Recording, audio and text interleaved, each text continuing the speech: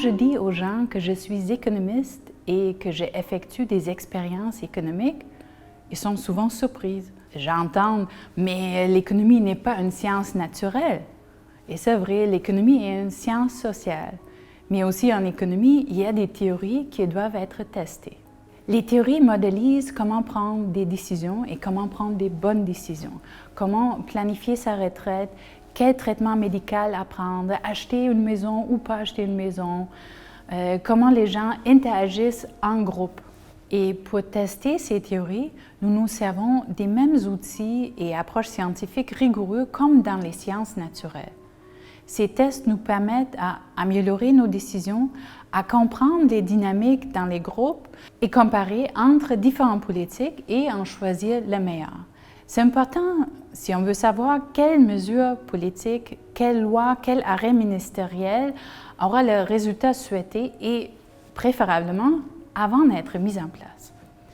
Finalement, les expériences peuvent simplement servir pour montrer aux gens comment les théories économiques fonctionnent, comment on peut même les questionner et les améliorer.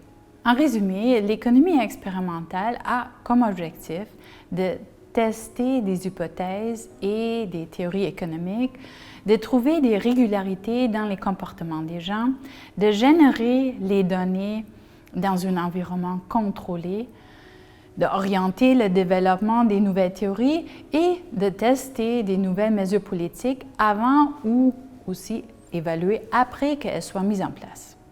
Ce cours a deux objectifs. Premièrement, donner une introduction compréhensible aux étudiants à la méthodologie de l'économie expérimentale et deuxième, de présenter des applications de cette méthode en relation avec des modèles actuels en microéconomie. Le cours commencera avec une introduction à la méthodologie expérimentale.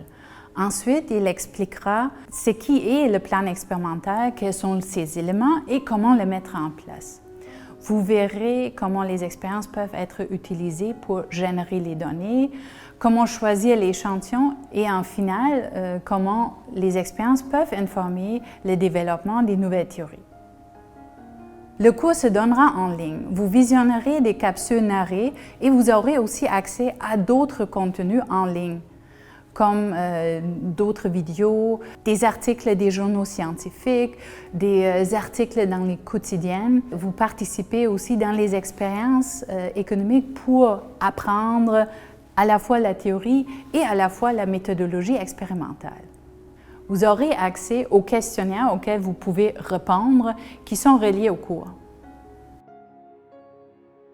L'évaluation mettra en valeur vos différentes habilités.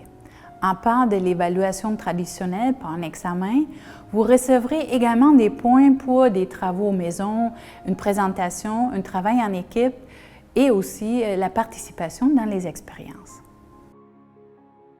À la fin de ce cours, vous connaîtrez comment les expériences sont utilisées en économie. Vous comprendrez des possibilités et les limites de cette méthodologie. Vous serez capable d'évaluer critiquement un plan expérimental ou un rapport avec une étude expérimentale. Vous connaîtrez un bon répertoire des expériences qui se trouvent dans la littérature scientifique. Vous verrez aussi des exemples des expériences effectuées dans les compagnies privées ou des organismes gouvernementaux.